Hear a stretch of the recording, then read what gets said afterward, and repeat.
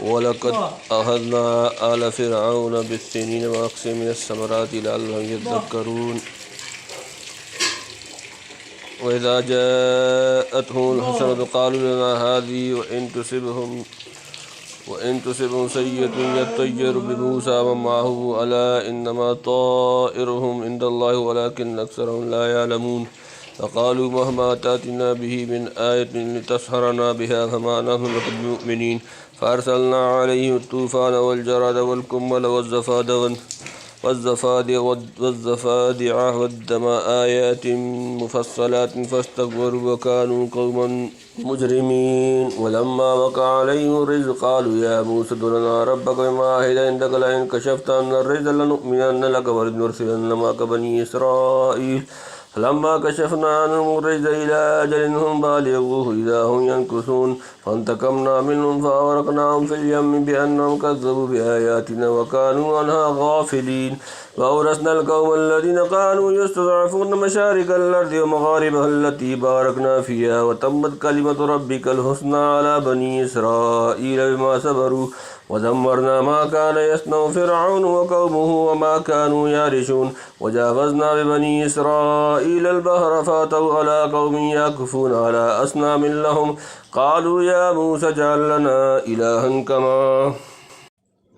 لهم آلهة قال إنكم قوم تجهلون إن هؤلاء متبر ما هم فيه وباطل ما كانوا يعملون قال غير الله أبغيكم إلها وهو فضلكم على العالمين وإذ أنجيناكم من آل فرعون يسومونكم سوء العذاب يقتلون أبناءكم ويستحيون نساءكم وفي ذلكم بلاء من ربكم عظيم وَلَقَدْ أَخَذْنَا آلَ فِرْعَوْنَ بِالسِّنِينَ وَنَقْصٍ مِّنَ الثَّمَرَاتِ لَعَلَّهُمْ يَذَّكَّرُونَ وَلَقَدْ اور البتہ أَخَذْنَا ہم نے پکڑا آلَ فرعون فرعون والے بِالسِّنِينَ قحطوں میں ونقص و نقصان من سے میں الثمرات پھل جمع لعلہم تاکہ وہ یذکرون نصیحت پکڑیں اور ہم نے پکڑ لیا فرعون والوں کو قحطوں میں اور میووں کے نقصان میں تاکہ وہ نصیحت مانیں إذا جاءتهم الحسنة قالوا لنا هذه وإن تصبهم سيئة يطيروا بموسى ومن معه ألا إنما طائرهم عند الله ولكن أكثرهم لا يعلمون فإذا پھر جب جاءتهم آئی ان کے پاس الحسنۃ بھلائی قالوا وہ کہنے لگے لنا ہمارے لیے هذه وإن اور اگر تصبهم پہنچی سیئت کوئی برائی طیروا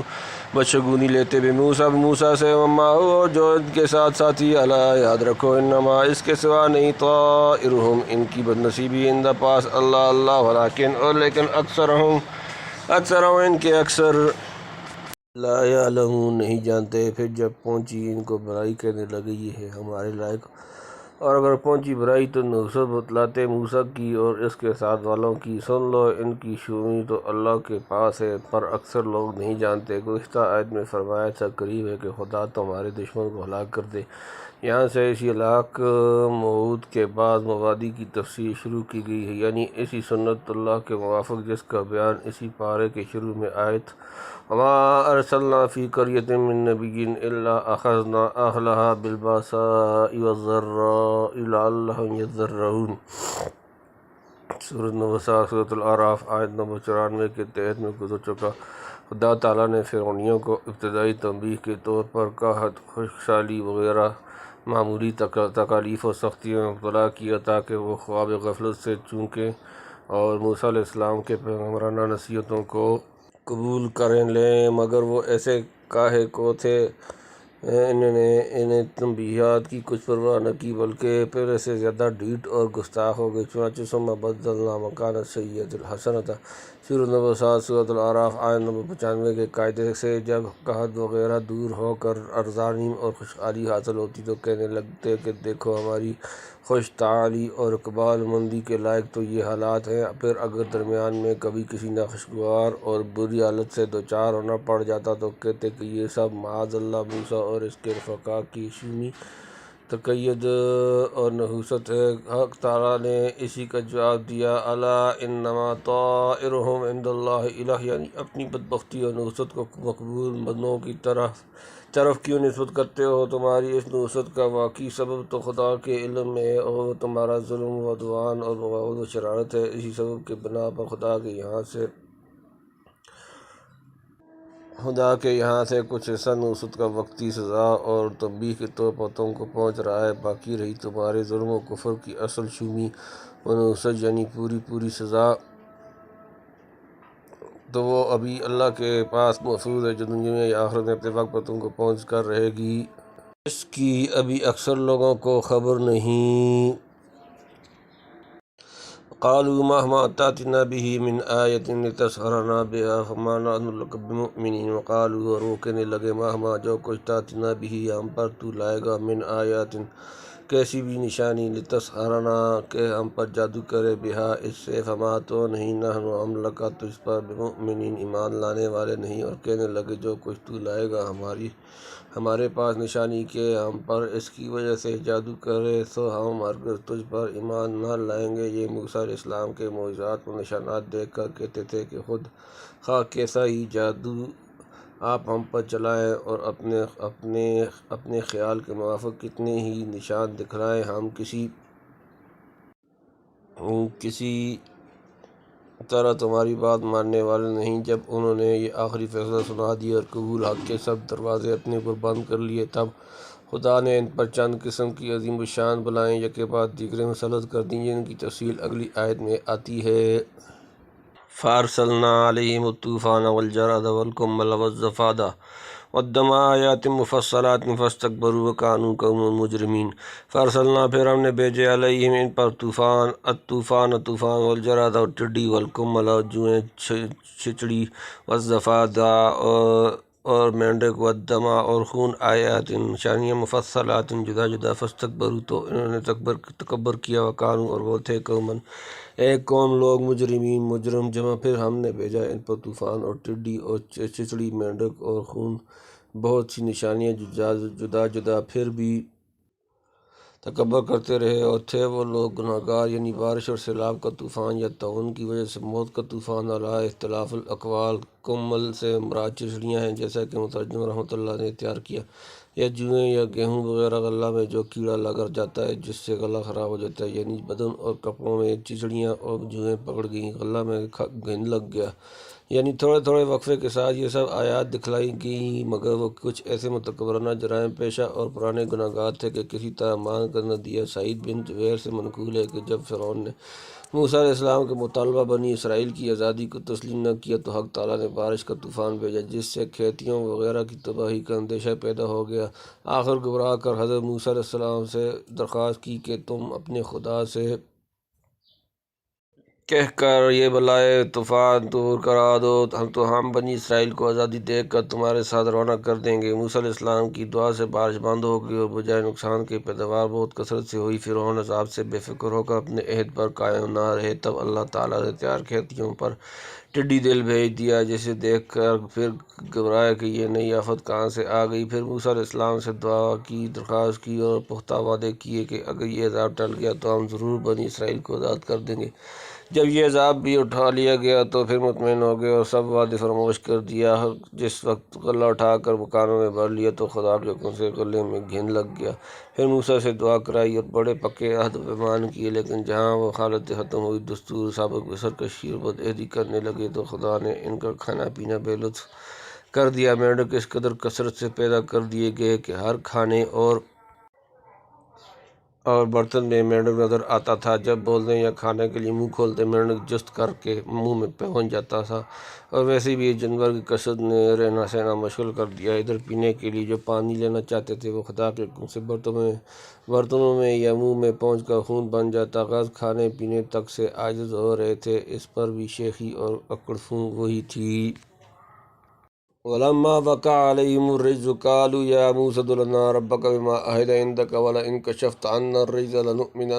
لَنُؤْمِنَنَّ لَكَ وَلَنُرْسِلَنَّ مَعَكَ بَنِي إِسْرَائِيلَ۔ وَلَمَّا اور جب واقع ہوا علیہم ان پر الرِّجْزُ عذاب، قالوا کہنے لگے، یا موسیٰ اے موسیٰ، ادعو دعا کر، لنا ہمارے لیے، ربک اپنا رب، بما سبب جو عہدہ عہد عندک تیرے پاس، لئن اگر کشفت تو نے کھول دیا، اٹھا لیا، عنا ہم سے، الرِّجْزَ عذاب، لنؤمنن ہم ضرور ایمان لائیں گے، لک تجھ پر، ولنرسلن اور ہم ضرور بھیج دیں گے، ماں کا تیرے ساتھ بنی اسرائیل، اور جب پڑتا ہے ان پر کوئی عذاب تو کہتے ہیں موسیٰ تو آ کر ہمارے واسطے اپنے رب سے، جیسا کہ اس نے بتلا رکھا ہے تجھ کو، اگر تو نے دور کر دیا ہم سے یہ عذاب تو بے شک ہم ایمان لے آئیں گے تجھ پر اور جانے دیں گے تیرے ساتھ بنی اسرائیل کو، یعنی اس نے دعا کا جو مؤثر طریقہ تجھ کو بتلا رکھا ہے اس طرح دعا کر دیجیے۔ یا بما عہدہ عندک کا مطلب یہ ہے کہ نبی اللہ ہونے کے حیثیت سے دعا فرما دیجیے۔ گویا عہد کا اطلاق نبوت پر ہوا، کیونکہ خدا اور نبی کے درمیان ایک طرح کا معاہدہ ہوتا ہے کہ خدا نبی کو حلت، اکرام و اعانت سے سرفراز فرمائے گا اور نبی اس کی پیغام رسانی میں کوتاہی نہ کرے گا، اور ممکن ہے بما عہدہ عندک سے وہ عہد مراد ہو جو بتوسط انبیاء علیہ السلام اقوام سے کیا جاتا ہے کہ اگر تم کفر و تکذیب سے باز آ جاؤ گے تو عذاب الہی اٹھا لیا جائے گا، واللہ عالم۔ فلما کشفنا عنہم الرجز الی اجل ہم بالغوہ اذا ہم ینکثون، فلما پھر جب کشفنا ہم نے کھول دیا، اٹھا لیا، عنہم ان سے، الرجز عذاب، الی اجل ایک مدت تک، ہم انہیں، بالغوہ اس تک پہنچنا تھا، اذا اس وقت، ہم وہ، ینکثون عہد توڑ دیتے، پھر جب ہم نے اٹھا لیا ان سے عذاب ایک مدت تک کہ ان کو اس مدت تک پہنچنا تھا، اس وقت عہد توڑ ڈالتے، اس مدت سے یا تو موت اور غرق ہونے تک کی مدت مراد ہے۔ یہ ممکن ہے ایک بلا کی بعد دوسری بلا کے آنے تک کا وقت مراد ہو۔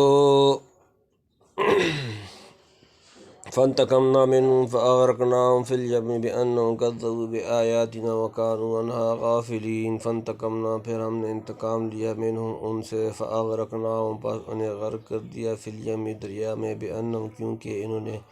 کذبوا جھٹلایا، بآیاتنا ہماری آیتوں کو، وکانوا اور وہ تھے، عنہا ان سے، غافلین غافل جمع، پھر ہم نے بدلہ لیا ان سے، سو ڈبو دیا ہم نے ان کو دریا میں، اس وجہ سے کہ انہوں نے جھٹلایا ہماری آیتوں کو اور ان سے تغافل کرتے تھے۔ رجز بعض مفسرین کے نزدیک طاعون مراد ہے، جیسا کہ بعض احادیث میں یہ لفظ طاعون پر اطلاق کیا گیا ہے، لیکن اکثر مفسرین آیات کو پچھلی آیات ہی کا بیان قرار دیتے ہیں۔ موضح القرآن میں ہے کہ یہ سب بلائیں ان پر آئیں ایک ہفتے کے فرق سے، اول حضرت موسیٰ فرعون کو کہہ آتے کہ اللہ تم پر یہ بلا بھیجے گا، وہی بلا آتی، پھر مضطر ہوتے، حضرت موسیٰ کی خوشامد کرتے، ان کی دعا سے دفع ہوتی، پھر منکر ہو جاتے، آخر کو وبا پڑی، نصف شب کو سارے شہر میں ہر شخص کا پہلا بیٹا مر گیا، وہ لگے مردوں کے غم میں۔ حضرت موسیٰ اپنی قوم کو لے کر شہر سے نکل گئے، پھر کئی روز کے بعد فرعون پیچھے لگا، دریائے کلزم پر جا پکڑا، وہاں یہ قوم سلامت گزر گئی اور فرعون ساری فوج سمیت غرق ہوا۔ وَأَوْرَثْنَا الْقَوْمَ الَّذِينَ كَانُوا يَسْتَضْعَفُونَ مَشَارِقَ فِي الْأَرْضِ وَمَغَارِبَهَا الَّتِي بَارَكْنَا فِيهَا وَتَمَّتْ كَلِمَةُ رَبِّكَ الْحُسْنَىٰ عَلَىٰ بَنِي إِسْرَائِيلَ بِمَا صَبَرُوا وَدَمَّرْنَا مَا كَانَ يَصْنَعُ فِرْعَوْنُ وَقَوْمُهُ وَمَا كَانُوا يَعْرِشُونَ۔ وَأَوْرَثْنَا اور ہم نے وارث کیا، القوم قوم، الذین وہ جو، کانوا تھے، یستضعفون کمزور سمجھے جاتے، مشارق مشرق، الارض جمع الارض زمین، مغاربہ اور اس کے مغرب جمع التی وہ جس، بارکنا ہم نے برکت رکھی، فیہا اس میں، وتمت اور پورا ہو گیا، کلمۃ وعدہ ربک تیرا رب، الحسنی اچھا، اللہ پر، بنی اسرائیل بما بدلہ میں صبر ہوئے، انہوں نے صبر کیا، دمرنا اور ہم نے برباد کر دیا، ما جو، کان یصنع بنایا تھا، فرعون و قومہ اور اس کی قوم، وما اور جو، کانوا یعرشون وہ اونچا پھیلاتے تھے، اور وارث کر دیا ہم نے ان لوگوں کو جو کمزور سمجھے جاتے تھے، اور اس زمین کے مشرق اور مغرب کا کہ جس میں برکت رکھی ہے ہم نے، اور پورا ہو گیا نیکی کا وعدہ تیرے رب کا بنی اسرائیل پر سبب ان کے صبر کرنے کے، اور خراب کر دیا ہم نے جو کچھ بنایا تھا فرعون اور اس کی قوم نے، اور جو اونچا کر کے چھایا تھا، یعنی بنی اسرائیل کو۔ اکثر مفسرین کے نزدیک اس زمین سے مراد ملک شام ہے، جس میں حق تعالیٰ نے بہت سی ظاہری و باطنی برکات ودیت کی ہیں۔ ظاہری تو یہ ہے کہ نہایت سرسبز و شاداب سیر حاصل خوش منظر اور زرخیز ملک ہے، اور باطنی اس لیے کہ بہت سے انبیاء علیہ السلام کا مسکن مدفن بنایا گیا ہے۔ بنی اسرائیل میں سے نکل کر ایک عرصہ تک صحرائے طی میں سرگرداں پھرتے رہے، یہ ایسا کہ پہلے گزر چکا، بعد حضرت یوشع کے ساتھ ہو کر عمالقہ سے جہاد کیا اور اپنے آبائی وطن ملک شام کے وارث بنے۔ بعض مفسرین نے اس زمین سے مصر مراد لیا، یعنی فرعونیوں کو غرق کر کے ہم نے بنی اسرائیل کو مصر کی دولت کا وارث بنا دیا کہ آزادی کے ساتھ اس سے متمتع ہوں، کما قال تعالیٰ، کم ترکوا من جنات وعیون، سورت نمبر 25 وضرور مقام کریم، آیت نمبر 26 نعمت کانوا فیہا فاکہین، آیت نمبر 27 کذالک وورثناھا قوما آخرین، آیت نمبر 28 سورت نمبر 44 سورت الدخان 25 تا 28 ونريد أن نمن على الذين استضعفوا في الأرض ونجعلهم أئمة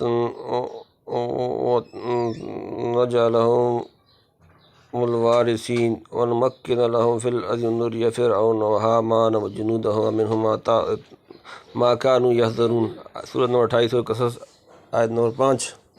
اس تقدیر پر مصر کے ظاہری برکات تو ظاہر ہیں، باطنی حیثیت سے ہوں گی کہ حضرت یوسف علیہ السلام وہیں مدفون ہوئے، حضرت یعقوب علیہ السلام وہاں تشریف لے گئے، آخر میں حضرت موسیٰ علیہ السلام نے بچپن سے لے کر بڑی عمر تک طویل مدت اسی ملک میں گزاری۔ امام بغوی نے مفسرین کے دونوں قول جمع کر کے اس جگہ مصر و شام دونوں کا ارادہ کیا ہے، واللہ عالم، یعنی بنی اسرائیل نے جب فرعونیوں کو سخت تباہ کن شدائد پر صبر کیا، موسیٰ علیہ السلام کی ہدایت کے موافق خدا سے استعانت کی اور پیغمبر خدا کا ساتھ دیا، خدا نے جو نیک وعدہ ان سے کیا تھا، عسیٰ ربکم ان یہلک عدوکم، سورۃ نمبر 7 سورۃ الاعراف، آیت نمبر 129 کو پورا کر دکھایا۔ فرعون اور اس کی قوم نے اپنے کبر و نحوت کے اظہار کے لیے جو ڈھونگ بنا رکھا تھا وہ سب تباہ برباد ہو گیا اور ان کی اونچی اونچی عمارتیں تہ و بالا کر دی گئیں۔ سچ ہے ان الملوک اذا دخلوا قریۃ افسدوها وجعلوا اعزۃ اہلها، سورۃ نمبر 27 سورۃ النمل، آیت نمبر 34۔ وجاوزنا ببنی اسرائیل البحر فاتوا علی قوم یعکفون علی اصنام لهم قالوا یا موسیٰ اجعل لنا الہا کما لهم آلہۃ قال انکم قوم تجہلون۔ وجاوزنا، اور ہم نے پار اتارا، بنی اسرائیل کو، البحر بحر کلزم، فاتوا پس وہ آئے، علی پر پاس، قوم ایک قوم، یعکفون جو میں بیٹھے تھے، علی پر، اصنام صنم جمع بت، لهم اپنے، قالوا وہ بولے، یا موسیٰ اے موسیٰ، اجعل بنا دے، لنا ہمارے لیے، الہا بت، کما ایسا، لهم ان کے لیے، آلہۃ معبود جمع بت، کالا بے شک تم، انکم قوم تم لوگ، تجہلون جہل کرتے ہو۔ اور پار اتار دیا ہم نے بنی اسرائیل کو دریا سے، تو پہنچے ایک قوم پر جو پوجنے میں لگ رہی تھی، اپنے بتوں کو کہنے لگے، اے موسیٰ بنا دے ہماری عبادت کے لیے بھی ایک بت جیسے ان کی بت ہیں۔ کہا تم لوگ تو جہل کرتے ہو۔ بعض نے کہا کہ یہ قبیلہ لہم کے لوگ تھے، اور بعض نے کنعانی مالکہ کو اس کا مصداق قرار دیا ہے، کہتے ہیں کہ ان کے بت گائے کی شکل پر تھے، واللہ عالم، یعنی حق تعالیٰ کی عظمت و شان و تنزیہ و تقدیس سے تم بالکل جاہل معلوم ہوتے ہو۔ واقعہ بنی اسرائیل کا میلان بار بار اس طرح کے افعال و رسوم شرکیہ کی طرف ہوتا تھا۔ یہ بہودہ جاہلانہ درخواست بھی مصر کی آب و ہوا اور وہاں کے بت پرستوں کی صحبت کے تاثرات کو ظاہر کرتی ہے۔ حضرت شاہ صاحب لکھتے ہیں کہ جاہل آدمی نرے بے صورت معبود کی عبادت سے تسکین نہیں پاتا جب تک سامنے ایک صورت نہ ہو۔ وہ قوم دیکھی کہ گائے کی صورت پوجتی تھی، ان کو بھی یہ حوث آئی، آخر سونے کا بچھڑا بنایا اور پوجا۔ ان ہؤلاء متبر ما هم فیہ وباطل ما كانوا یعملون، ان بے شک ہؤلاء یہ لوگ، متبر تباہ ہونے والی، ما جو ہم وہ فیہ اس میں، وباطل اور باطل ما جو کانوا یعملون وہ کر رہے ہیں، یہ لوگ تباہ ہونے والی ہے وہ چیز جس میں وہ لگے ہوئے ہیں، اور غلط ہے جو وہ کر رہے ہیں، یعنی ان کا بت پرستی کا مذہب میرے اور اہل حق کے ہاتھوں سے آئندہ تباہ ہونے والا ہے، اور جو کچھ سو آنگ یہ اب تک بناتے رہے ہیں وہ محض باطل، غلط، بیکار اور بے حقیقت ہے۔ قال غیر اللہ ابغیکم الہا وهو فضلکم علی العالمین، قال اس نے کہا، غیر اللہ کیا اللہ کے سوا، ابغیکم تلاش کروں تمہارے لیے، الہا کوئی معبود، واہ حالانکہ ہوا اس، فضلکم فضیلت دی تمہیں، علی پر، العالمین سارے جہاں، کہا کہ اللہ کے سوا ڈھونڈوں تمہارے واسطے کوئی اور معبود، حالانکہ اس نے تم کو بڑائی دی تمام جہان پر، یعنی خدا کے انعامات عظیمہ کی شکر گزاری، حق شناسی کیا یہی ہو سکتی ہے کہ غیر اللہ کی پرستش کر کے اللہ سے پھر بڑی شرم کا مقام ہے کہ جس مخلوق کو خدا نے سارے جہاں پر فضیلت دی وہ اپنے ہاتھ سے بنائی ہوئی مورتیوں کے سامنے سر بسجود ہو جائے، کیا افضل کا معبود بن سکتا ہے؟ وَإِذْ أَنْجَيْنَاكُمْ مِنْ آلِ فِرْعَوْنَ يَسُومُونَكُمْ سُوءَ الْعَذَابِ يُقَتِّلُونَ أَبْنَاءَكُمْ وَيَسْتَحْيُونَ نِسَاءَكُمْ وَفِي ذَلِكُمْ بَلَاءٌ مِّن رَّبِّكُمْ عَظِيمٌ۔ وَإِذْ اور جب انجیناکم ہم نے تمہیں نجات دی من سے آل فرعون فرعون والے یسومونکم تمہیں تکلیف دیتے تھے سوء برا العذاب عذاب یقتلون مار ڈالتے تھے ابناءکم تمہارے بیٹے ویستحیون اور جیتا چھوڑ دیتے تھے نساءکم تمہاری عورتیں بیٹیاں فی ذالکم اور اس میں تمہارے لیے بلاء آزمائش من سے ربکم تمہارا رب عظیم بڑی اور وہ وقت یاد کرو جب نجات دی ہم نے تم کو فرعون والوں سے کہہ دیتے تھے تم کو برا عذاب کے مار ڈالتے تھے تمہاری بیٹیوں کو اور جیتا رکھتے تھے تمہاری عورتوں کو اور اس میں احسان ہے تمہارے رب کا بڑا اس کی تفسیر پارہ الف لام میم کے ربع کے بعد ملاحظہ کی جائے یہ مضمون وہاں گزر چکا ہے یعنی جس خدا نے ابھی تم پر ایسا عظیم شان احسان فرمایا کیا اس چھوڑ کر لکڑیوں اور پتھروں کے سامنے جھکتے ہو